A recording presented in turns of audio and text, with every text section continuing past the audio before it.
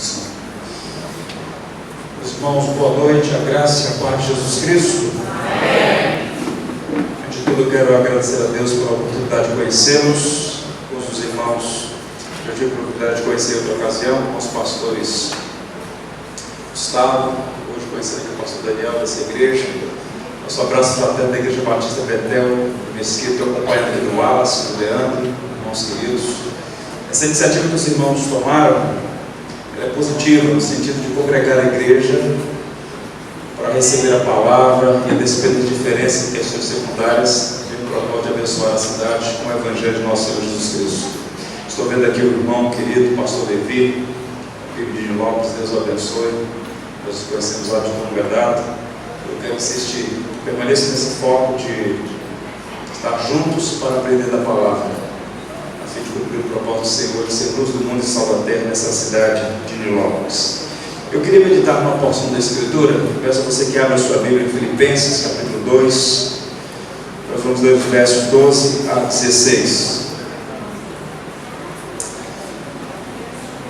Sal e luz é um tema que nos remete à nossa responsabilidade de ser reflexo de Cristo, de ser uma referência numa sociedade que perdeu completamente Deus de vista.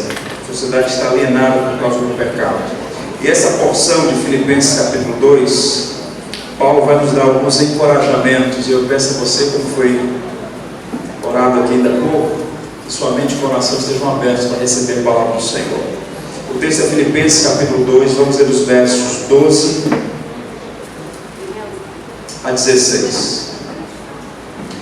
Diz assim então a palavra de Deus: assim, pois, amados meus, como sempre obedecestes, não só na minha presença, porém muito mais agora na minha ausência, desenvolvei a vossa salvação com temor e tremor, porque Deus é quem efetua em vós tanto querer como realizar, segundo a sua boa vontade.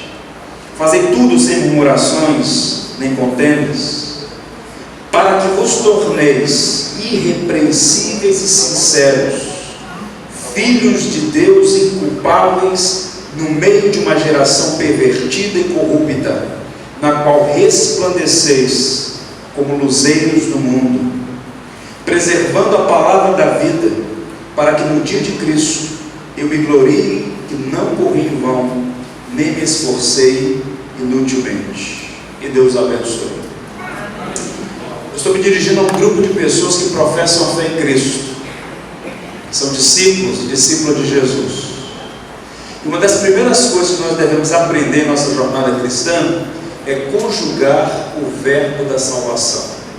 A salvação é um verbo que se conjuga em 3 tempos. Presta bem atenção nisso. Isso é fundamento da teologia da salvação. Nós já fomos salvos, estamos sendo salvos e seremos salvos. No dia que você ouviu o Evangelho, no dia que o Espírito Santo regenerou seu coração, você mudou de status.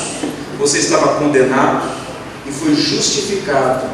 Estava nas trevas e foi trazido para a luz. Isso só acontece uma única vez, é irrepetível. Você já foi salvo. Quando isso acontece, imediatamente nós entramos num processo chamado santificação, que é, como eu já disse, um processo que começa no dia da sua conversão e vai até o dia do retorno do Senhor ou do nosso encontro com Ele. Quando isso acontecer, nós seremos salvos, nós experimentaremos aquilo que a Bíblia chama de glorificação. Paulo aos Coríntios diz assim: nós seremos revestidos de imortalidade e de incorruptibilidade. Então você já foi salvo, está sendo salvo e será salvo, salvo da ira de Deus, que de fato acontecerá. Agora, qual o ponto dessa temática que os irmãos estão propondo aqui? Ser luz e sal da terra. Metáfora que Jesus usou no famoso Sermão da Montanha. Jesus está remetendo-nos ao nosso dever de ser aquilo que Ele nos chamou para ser. Sede santos, porque eu sou santo. Refletir a beleza e o caráter do Evangelho. Esse processo que a Bíblia chama de santificação é o foco dessa passagem aqui, que Paulo escreveu aos Filipenses. Observe um texto muito curioso aqui, nessa expressão que Paulo vai usar aí no verso 12: desenvolvei a vossa salvação com temor e tremor. Em que sentido devemos desenvolver a salvação? Buscar a santidade, viver uma vida santa e piedosa na presença dele, razão pela qual ele fala: desenvolver a vossa salvação com temor e tremor. Ele está falando aqui desse processo de santificação. Houve um movimento no século XVII na Inglaterra, os puritanos ingleses, que eles criaram uma metáfora para explicar isso. Como é que isso funciona? Nós todos nascemos perdidos, nascemos no inferno. Quando somos salvos, Ele nos tira do inferno, nos tira das trevas. Como eu disse no início, isso acontece uma única vez. Qual é a obra do Espírito Santo agora? Tirar o inferno que há dentro de nós. É a santificação. É nos despir do velho homem e nos revestir do novo homem. Eu estou convencido de que esta é uma doutrina que precisa ser resgatada pela igreja cristã. E mais do que uma doutrina resgatada, é uma verdade que nós precisamos encarná-la, vivê-la. Porque nós fomos salvos para refletir a beleza e o caráter de Cristo. Você vive num mundo que está condenado, perdido, alienado. E a solução para este mundo que jaz no maligno não está no governo, nas políticas públicas, embora essas coisas tenham seu valor, sua importância. O que este mundo precisa é do Evangelho, porque o Evangelho de fato nos salva de uma vez por todas e vai moldando o nosso caráter à imagem de Cristo até o dia em que seremos santos plenamente. Como diz o livro de Provérbios, a vereda do justo é como a luz da aurora, que vai brilhando mais e mais até ser dia perfeito. E eu estou convencido de que uma fundamental necessidade da igreja evangélica contemporânea é que cada pessoa que professa Jesus Cristo imite o seu caráter. Somos uma igreja que cresceu numericamente, mas uma igreja que pouco influencia. E essa metáfora de Jesus no Sermão da Montanha, luz e sal, é justamente para mostrar a nossa responsabilidade de influenciar a sociedade. Ele diz: para que serve uma luz se você escondê-la? Para nada. Para que serve o sal se ele não salgar? Apenas para ser pisado pelos homens. De modo que a referência da luz é para ser luzeiro, uma referência no mundo que está tateando nas trevas. E qual o propósito de ser sal? É o que dá a preservação. Sem o sal, a carne apodrece. A gente está falando uma referência ao mundo antigo, quando não havia sistema de refrigeração. Então qual é o ponto aqui? Eu queria sua atenção para refletir sobre essa passagem. Esse texto está nos conclamando, nos chamando a uma vida de piedade, de santidade. Desenvolver a vossa salvação com temor e tremor. E nesse versículo 15, nós vamos encontrar aqui o que eu vou chamar de 3 dimensões da santidade. Presta bastante atenção, que eu tenho certeza de que você vai ser encorajado a imitar a beleza e o caráter de Cristo. Acompanhe o verso 15, que nós vamos encontrar aqui 3 expressões que Paulo usa, que são muito adequadas para a nossa realidade. Observe: para que vos torneis irrepreensíveis e sinceros, filhos de Deus inculpáveis, no meio de uma geração pervertida e corrupta, na qual resplandeceis como luzeiros no mundo. A primeira palavra que Paulo usa aqui, observe, ele está no contexto do desenvolver a vossa salvação. Salvação aqui usada no contexto da santificação. E a primeira palavra que ele usa aqui: para que desenvolver essa salvação? Para que desenvolver essa santidade? Para que vos torneis irrepreensíveis. Essa palavra que Paulo usa aqui no grego, ela aponta o testemunho do crente diante do mundo, irrepreensível. Paulo está dizendo que você tem que ser uma pessoa moralmente perfeita. Nem Paulo era moralmente perfeito. Paulo chegou a dizer: dos pecadores eu sou o principal. Mas quando ele diz aqui que nós devemos desenvolver a salvação com temor e tremor, para que nos tornemos irrepreensíveis, ele está fazendo uma referência ao fato de que o cristão tem a responsabilidade de ser moralmente irrepreensível diante do mundo. Devemos ser pessoas assim. Paulo está orientando aqui os cristãos. Por quê? Gente, o cristão tem a casa de vidro. Todos podem errar, porque é da natureza do mundo errar, pecar. Mas o cristão tem a casa de vidro. Olha o crente. Você não é cristão? Você diz que é crente? Nós temos a responsabilidade de dar bom testemunho do Evangelho. Nós somos salvos pela graça para as boas obras. As obras não salvam, mas elas evidenciam se somos salvos ou não.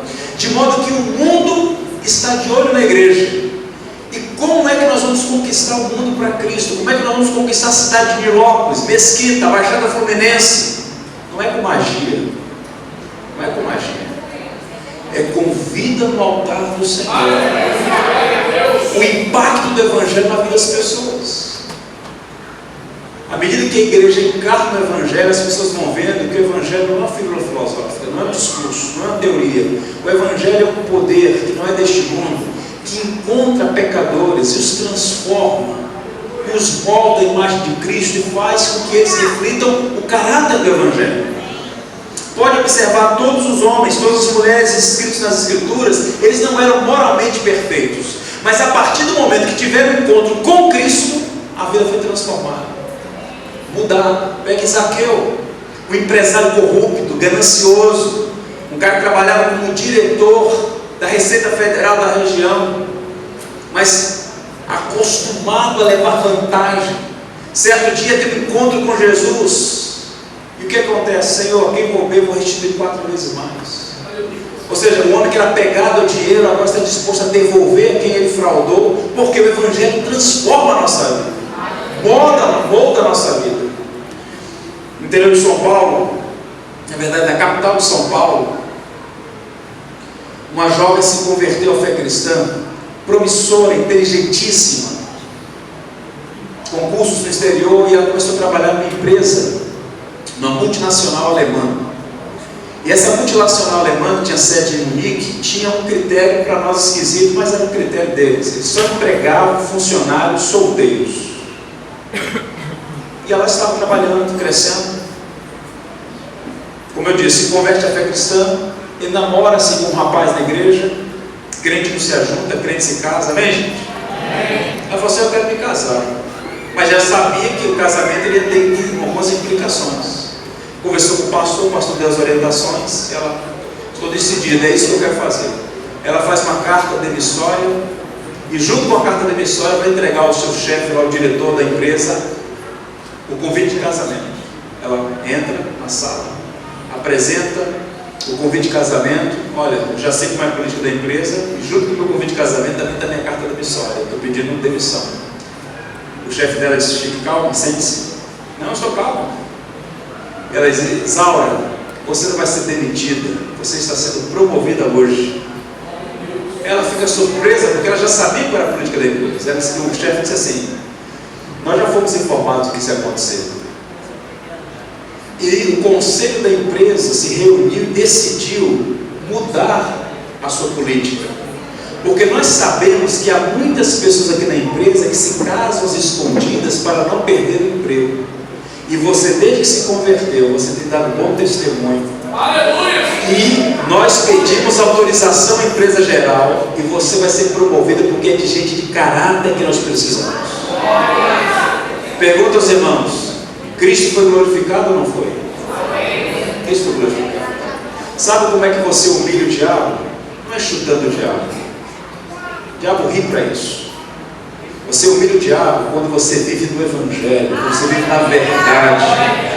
Quando Satanás olha o pecador sendo transformado pelo poder do Evangelho. E naquele dia 2 coisas aconteceram: Cristo foi glorificado e o adversário humilhado. Porque a nossa vocação é sermos irrepreensíveis neste mundo, de modo que aonde quer que você esteja, as pessoas têm que ver Cristo em você, na sua conduta, na sua fala, entre os seus vizinhos, entre os seus familiares. Que evangelho é esse que não nos transforma? Desenvolver a vossa salvação com temor e tremor, para que nos tornei filhos irrepreensíveis, é o que diz Paulo. Alguém disse assim: devemos apresentar o Evangelho por meio do que falamos, proclamação, por meio da maneira que vivemos, testemunho, e por meio do que fazemos, serviço. Pregamos o Evangelho com palavras, com testemunho e com ações. É isso que nós devemos fazer.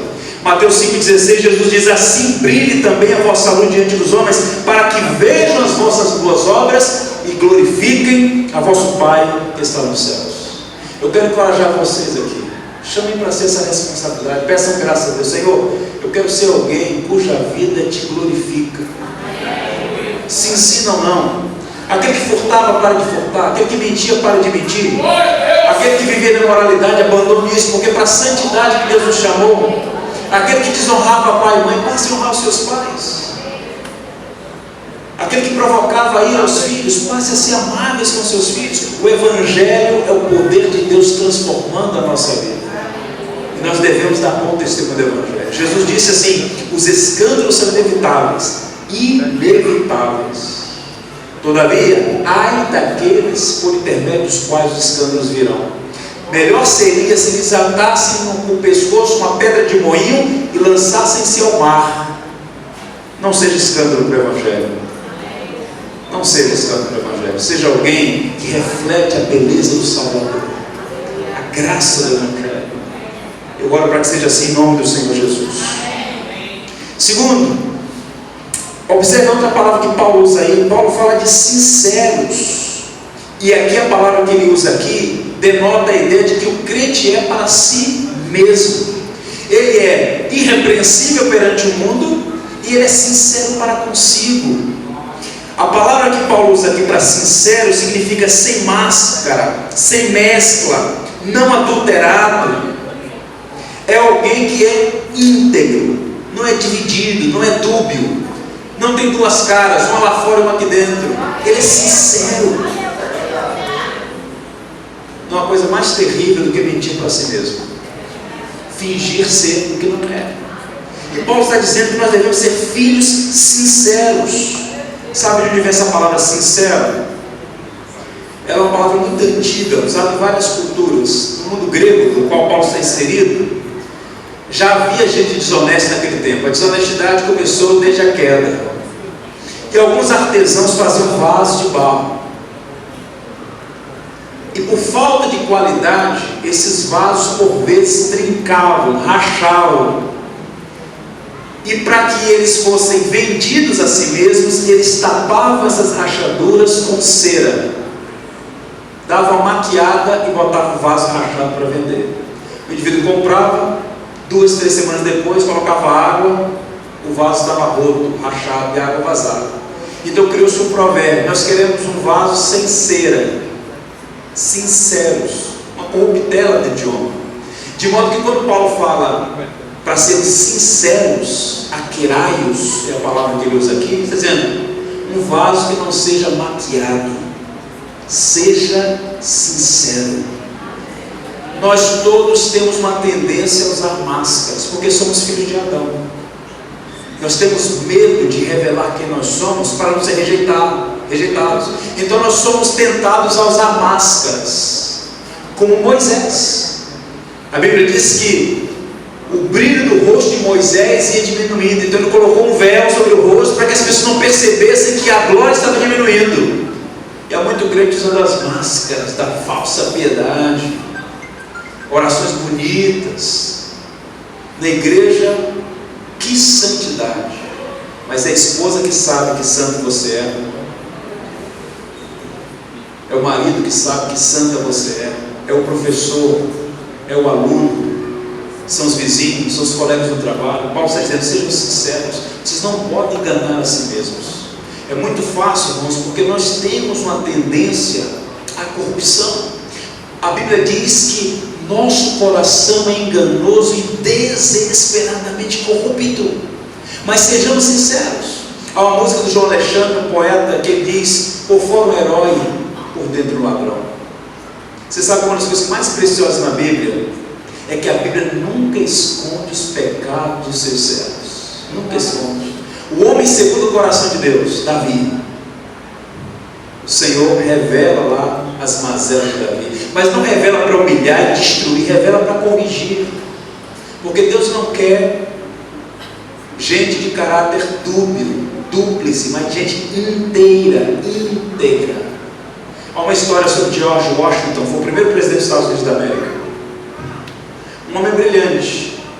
Em sua autobiografia, ele conta uma história muito curiosa. Ele disse que o seu pai era um fazendeiro muito nobre do sul dos Estados Unidos, e o pai dele tinha um hobby, cultivando da casa dele havia um pomar belíssimo, com árvores frutíferas de várias espécies em várias partes do mundo. E o pai tinha plantado recentemente uma macieira raríssima. E o pai foi para uma viagem e recomendava sempre: olha, cuidado com o pomar. Ele era o filho mais velho. Tome conta, George. E o pai vai então para uma viagem, e ele lá, inadvertidamente, limpando, cuidando, brincando no pomar do pai, cortou a macieira raríssima. E ele fica desesperado. Naquela época não havia Wi-Fi, não havia Facebook, não tinha que conversar com o pai por WhatsApp. Ele passou a semana angustiado: e agora o que eu vou fazer? E de repente ele está um dia na casa, aponta o cavalo do pai e fala: é hoje. O pai se aproxima, ele corre em direção do pai e fala: pai, me perdoe, pai, eu cortei a macieira, eu não ouvi o Senhor. Ele confessa o que fez. Aí o pai desce do cavalo e diz: meu filho, vamos até lá. Aí vai, ele olha, vê a macieira cortada. Ele fala: meu filho, eu trocaria esse pomar inteiro, todas essas árvores, tudo que eu tenho, por um filho como você que fala a verdade. Vamos plantar outra macieira. O que Deus ama em nós é a sinceridade. Salomão disse assim em oração: sei, Senhor, que tu amas a sinceridade e no profundo amas a verdade. Você não pode esconder do seu marido, do seu esposo, dos seus pais, da sua igreja, da sua liderança, dos seus vizinhos. Você pode esconder de todo mundo, mas o Senhor te conhece. Seja sincero, não vale a pena. A transformação do nosso caráter começa quando a gente se rasga e diz: Senhor, tem misericórdia de mim. Lembra daquelas duas orações? Dois homens, palavras contadas por Jesus. O primeiro diz assim: ó Deus, obrigado, porque eu não sou como esses políticos de Brasília, raça de víboras, ladrões. Senhor Jesus, muito obrigado, porque eu não sou como essas prostitutas, eu não sou como esses maconheiros, eu não sou como essas pessoas desonestas, eu sou um homem santo, vou à igreja e dou um dízimo. O segundo, com a cabeça baixa, faz uma oração curta. Ele bate no peito e fala: Senhor, tem misericórdia de mim, porque eu sou um pecador. Jesus disse que foi esse segundo homem que desceu justificado. Não é o que bate no peito e diz que é melhor, que é santão, que não sei o quê. Não é para você falar quem você é. Quando você começa a defender quem você é, você já não é nada. Porque a santidade não é uma coisa que você defende, ela exala. As pessoas sabem. O reverendo Antônio Elias, lá de Niterói, dizia o seguinte: perguntaram uma vez a ele: pastor, o que é unção? Ele disse: meu filho, eu não sei. Eu não sei. Eu só sei que uns são, outros não. Você sabe quem é e quem não é. E quem é não fica dizendo: eu sou, hein? Ei, me respeita que eu sou santo. Quando ele diz isso, já não é mais nada. Porque o que nós somos na presença de Deus. Lembra daquele profeta que ia passando e alguém disse assim: ali vai um homem de Deus. Ali vai um homem de Deus. São os outros que dão testemunho de você, não é você que fica tocando trombeta. Agora, qual é o problema? Um pastor batista americano chamado Vince Havner, ele disse assim: nos dias de hoje somos desafiados, mas não transformados, convencidos, mas não convertidos, ouvimos, mas não praticamos, e desse modo enganamos a nós mesmos. Não seja enganoso, não engane a si mesmo, seja sincero e peça a Deus: Senhor, transforma a minha vida. Irmãos, sejamos sinceros. Se os nossos pensamentos fossem projetados nessa tela aqui, nenhum de nós voltaria mais aqui. Porque o nosso coração não é bom, irmãos. Nosso coração não é bom. Cuidado com esse discurso: siga o seu coração. Se você seguir o seu coração, você vai parar longe, mas longe de Deus. Porque o seu coração é mau. E a Bíblia que diz isso. Pode o leopardo mudar as pintas? Pode o etíope mudar a cor da sua pele? Assim sois vós, estando acostumados a fazer o mal, como podeis fazer o bem? Só podemos ter uma vida transformada pelo Evangelho. Este Evangelho que nos tirou das trevas e agora está tirando as trevas do nosso coração. Esse processo começou na conversão e vai até o dia final. É como a luz da aurora, é como o caminho do justo, que vai brilhando mais e mais até ser dia perfeito. E nós precisamos ser sinceros diante de Deus. Amém, meus irmãos? Santificai-vos, porque amanhã farei maravilhas no meio de vós. Santificação é o que precisamos. O que o crente é para Deus, para o mundo, o crente é para si. E aí ele fala de outra palavra, o que o crente é diante de Deus. A palavra que ele usa no verso 15 é inculpáveis. Inculpáveis. A tradução melhor seria imaculados, sem manchas. A ideia de que ser uma pessoa santa não há nódoas. Sejamos inculpáveis diante de Deus. O Senhor olha e diz assim como diz para Jó: viste meu servo Jó? Santo, íntegro, que se desviava do mal. Alguém sem nódoas, sem manchas, inculpável. Aos Efésios, Paulo escreveu que nós somos escolhidos por Deus antes da fundação do mundo para sermos santos e irrepreensíveis. A palavra é inculpáveis perante Ele. Deus quer olhar para nós e ver o quê? Uma vida transformada. Alguém que anda com Ele, alguém que realmente tem um caráter transformado. Uma das coisas que mais aprecio no Evangelho, que me faz pregar o Evangelho, é perceber dia a dia, na minha vida e na vida de tantas pessoas com as quais eu convivo, que Deus tem o poder de transformar a nossa vida. O que seria de você se não fosse o Evangelho? O que seria da tua vida? Pensa um pouquinho quem você era, do lugar de onde Ele te tirou. Não foi porque você é mais inteligente, mais sábio, mais esperto. É graça. Graça.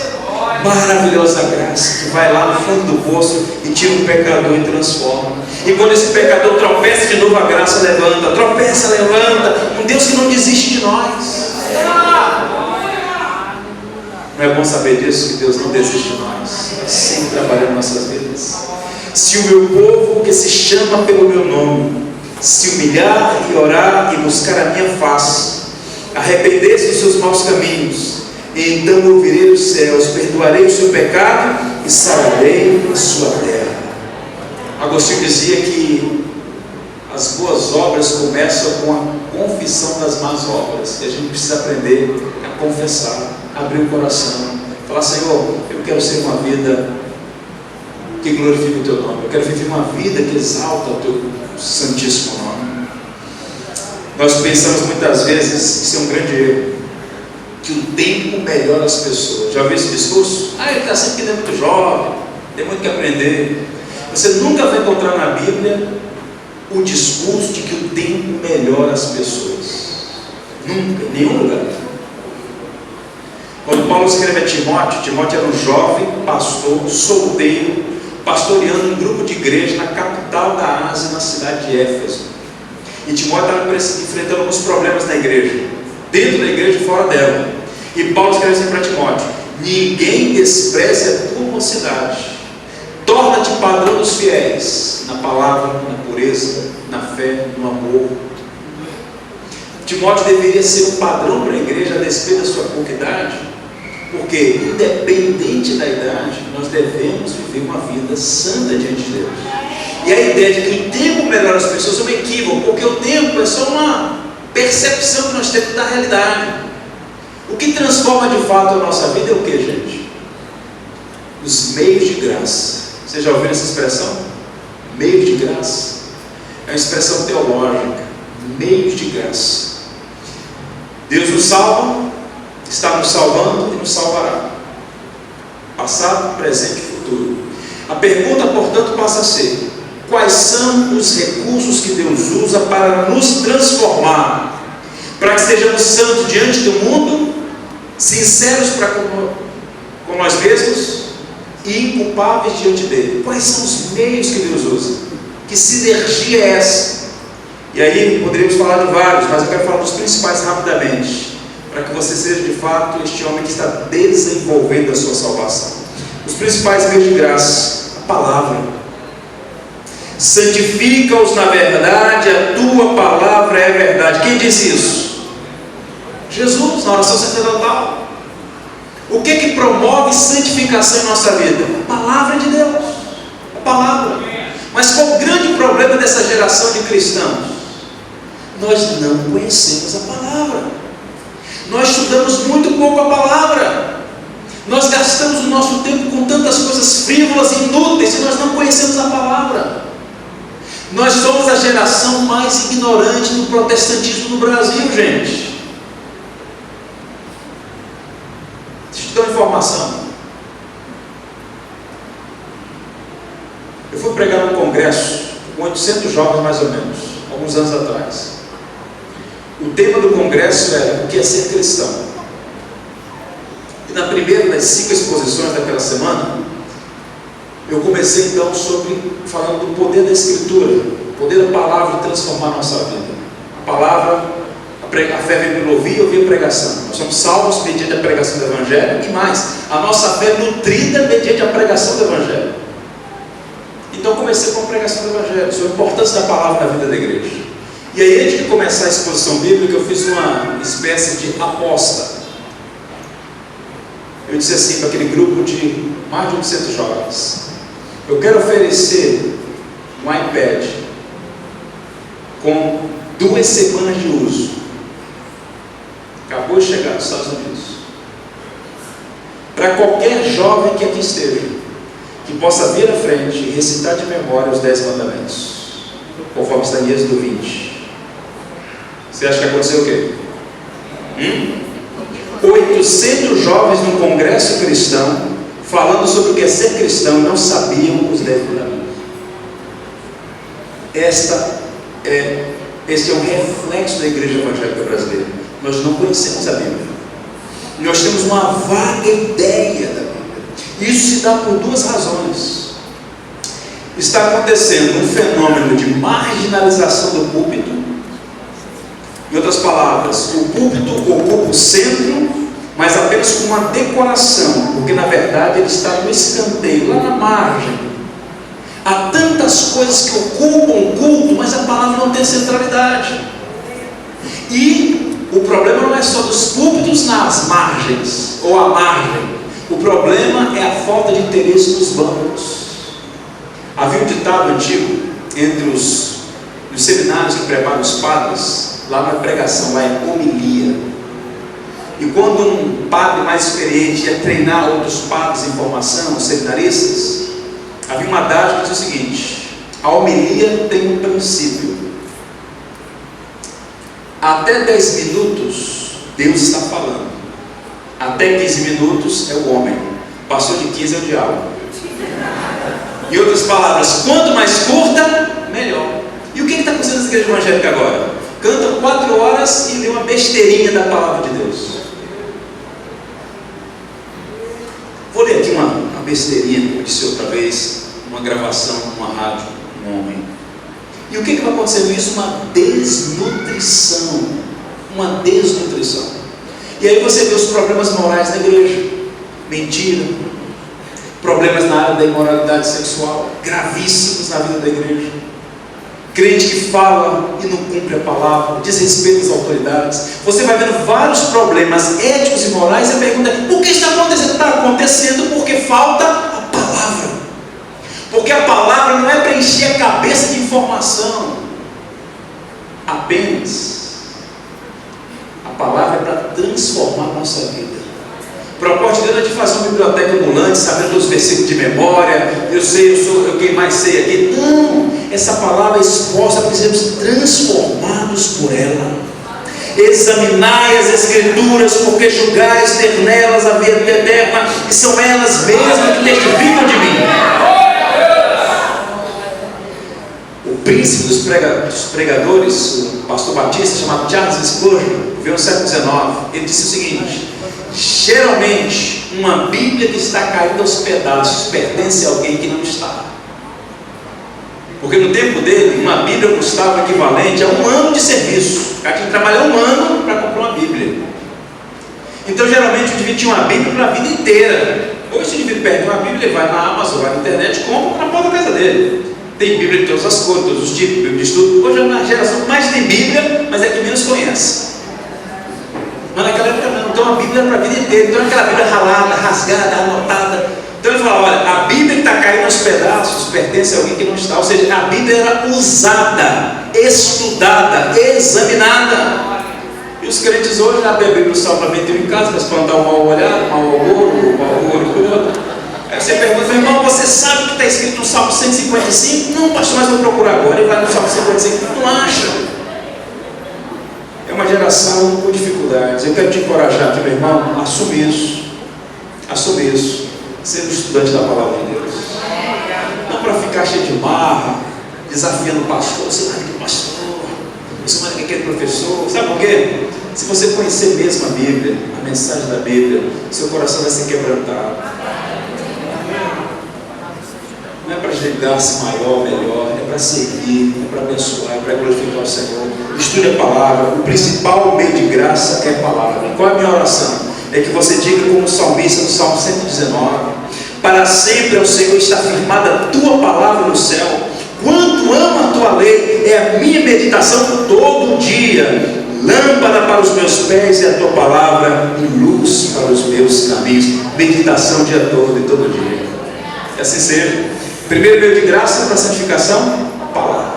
Qual é o desafio? Seja um leitor, um estudioso da palavra. Seja um frequentador da escola bíblica dominical. Tem uma conferência, tem um seminário, participa. Com tantos recursos hoje é inaceitável que sejamos pessoas que não têm conhecimento elementar, fundamental daquilo que a Bíblia tem para nos ensinar. Segundo meio de graça, oração. A oração, irmãos, que coisa preciosa. Todo crente verdadeiramente cristão é alguém que reconhece o valor da oração. Você pergunta para uma pessoa: você acha que a oração tem valor? Claro, oração.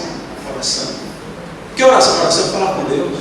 Mas eu pergunto aos irmãos: por que a gente ora tão pouco? Sejamos sinceros, por que a gente ora tão pouco? Na capela do Seminário Batista do Sul do Brasil, 2002, salvo engano, veio um pastor, um teólogo chamado Bruce Milnes, notável teólogo. E eu lembro que eu fui para a capela ouvi-lo e disse para um amigo meu: olha, esse homem vai falar sobre os temas mais densos da teologia. E a gente cogitou alguns temas que ele ia abordar. Fomos para a capela e o Bruce Milnes disse assim: hoje eu quero falar sobre os temas mais importantes da teologia cristã. Hoje eu quero falar sobre a oração. Ele começou a fazer uma abordagem da teologia da oração na Bíblia, na história da igreja cristã. Ele falou muitas coisas preciosas. Uma que me marcou profundamente. Ele disse assim: sabe por que nós oramos muito pouco? Você sabe que a oração tem importância, sabe que a oração tem valor, mas pode observar, os cultos de oração estão cada vez mais vazios. E por que a gente ora tão pouco? Ele disse uma coisa interessante: nós oramos pouco porque a oração nos deixa despidos diante de Deus. Você pode florear, falsear, mas de joelho diante de Deus você é o que você é. E é um recurso psicológico, um subterfúgio que a gente usa. A gente corre da oração porque diante de Deus não há o que esconder. Quando Adão pecou, o que Adão fez? Correu. E como o pecado emburrece as pessoas, ele se escondeu de Deus e se escondeu atrás de um arbusto. E Deus então pergunta: Adão, onde estás? Ah, Senhor. Correu. Nós precisamos buscar o Senhor em oração. Falar: Senhor Deus, aqui estou eu. Eu vim buscar a tua face porque eu preciso de ti. O Senhor sabe quem eu sou. Sou pecador, transgressor, carente da tua graça. Senhor, ajuda-me a te amar mais do que qualquer outra coisa. Abrir o coração do Senhor. Senhor, me ensina a ter uma vida de piedade, devoção, andar com o Senhor, te amar. Eu estou cansado de máscaras. Eu estou cansado de aparentar ser o que eu não sou. Senhor, transforma a minha vida. E orar, buscar a face do Senhor. E esse é um exercício permanente, constante. Devemos orar a sós com Deus, orar com família e orar comunitariamente na igreja cristã.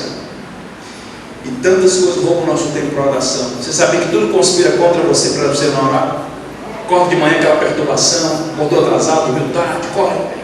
Trânsito, barulho, Corre para lá, corre para cá, corre para lá, corre para cá. E aí você tem o quê? Um tempo muito curto de oração. O John Piper disse assim: a maior utilidade do Twitter e do Facebook será provar no último dia que a falta de oração não era por falta de tempo. Antigamente, no passado recente, as pessoas gastavam 1/3, e ainda gastam muitas delas, 1/3 do tempo na frente da televisão, sendo catequizado por Ana Maria Braga, Fátima Bernardes, novela das 6, novela das 7, novela das 8, novela das 10, recebendo lixo catequético anticristão, 6, 8 horas no Facebook, por vezes fazendo bobagem.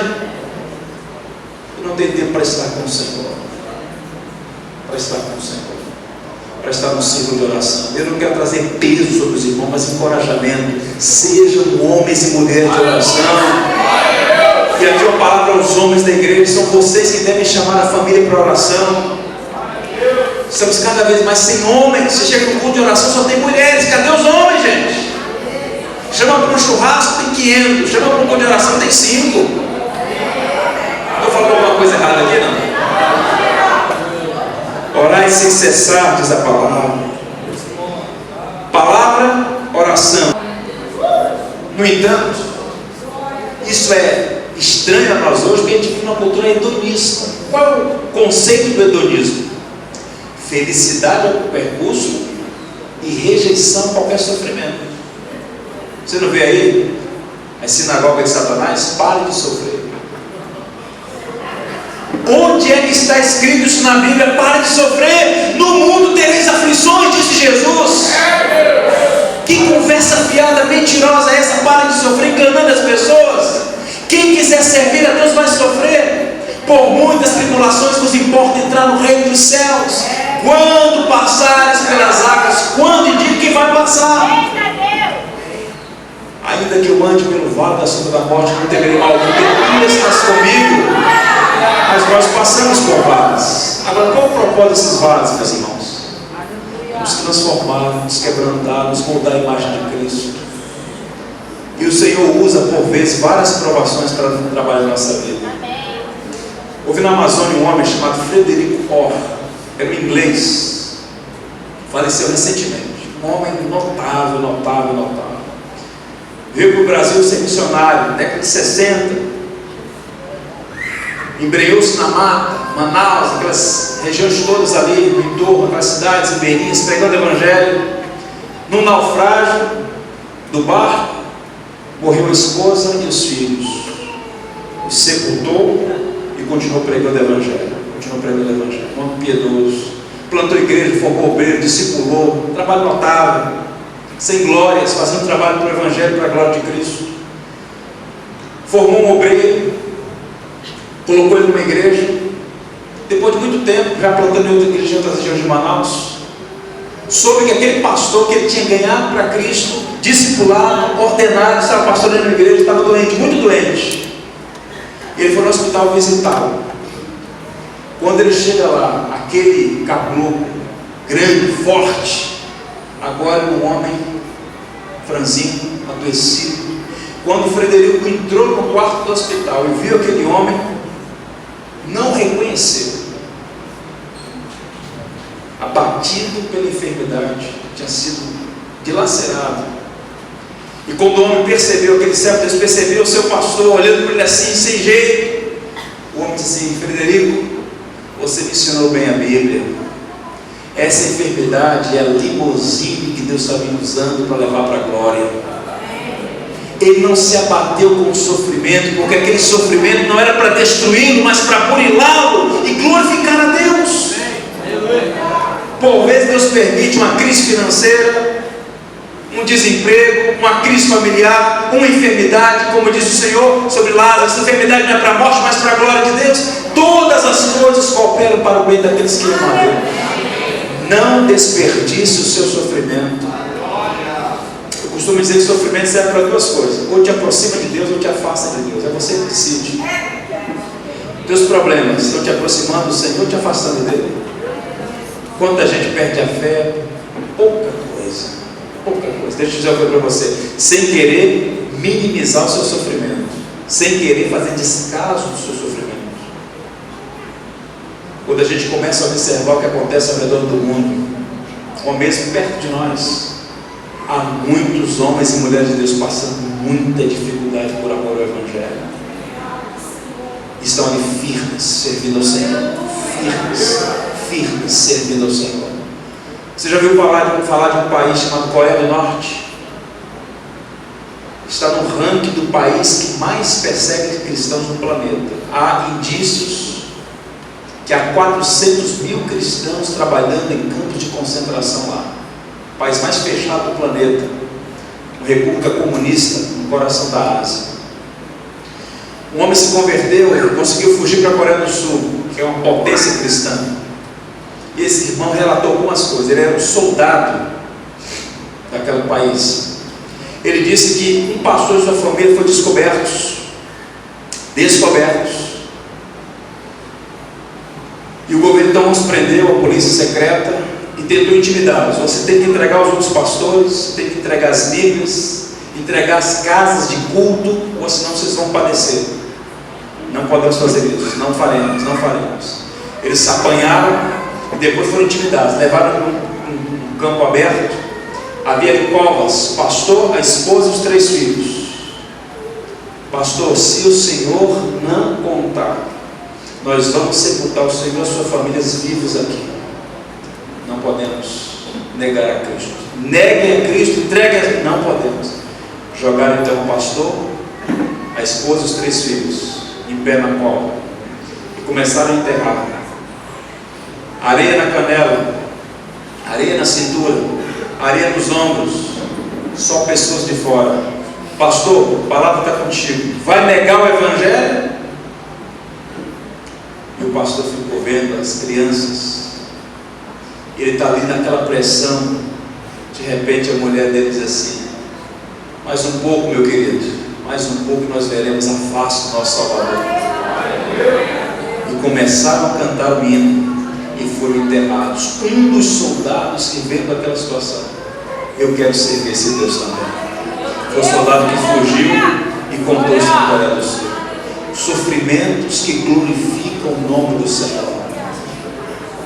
Eu já fui a Cuba algumas vezes e eu posso dizer para vocês que há muitos irmãos sofrendo em países comunistas, países de regime totalitário islâmico.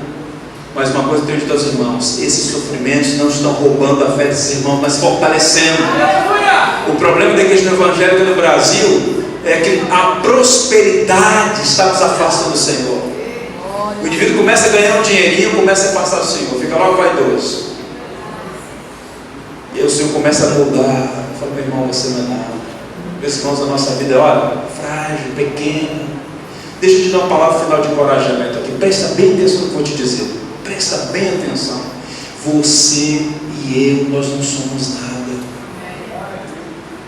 Um atleta, da noite para o dia fica entrevado numa cama. Você não tem gerência da vida. Outro dia o Michael Schumacher, rico, famoso, saudável, passeando na estação de esqui Marabel, na França, tomou um tombo há 3 anos em coma. A nossa vida não é nada. Use os seus dias para glorificar a Deus. Não torne a graça de Deus em vão. Palavra, oração. E permita que os teus sofrimentos, as tuas provações sirvam para mudar o seu caráter, para que você viva uma vida santa na presença de Deus. Sal e luz é o que o Senhor Jesus quer para nós. Amém, meus irmãos? Em pé, eu queria orar com os irmãos, mas eu queria ler um texto de 1 Crônicas. Todos nós em pé vamos ter uma palavra de oração. Olha o que está escrito no livro de Crônicas, capítulo 28. Tu, meu filho Salomão, conhece o Deus de teu pai e serve de coração íntegro e alma voluntária, porque o Senhor esquadrinha todos os corações e penetra todos os desígnios do pensamento. Se o buscares, ele deixará achar-te por ti. Se o deixares, ele te rejeitará para sempre. Busque o Senhor enquanto você pode.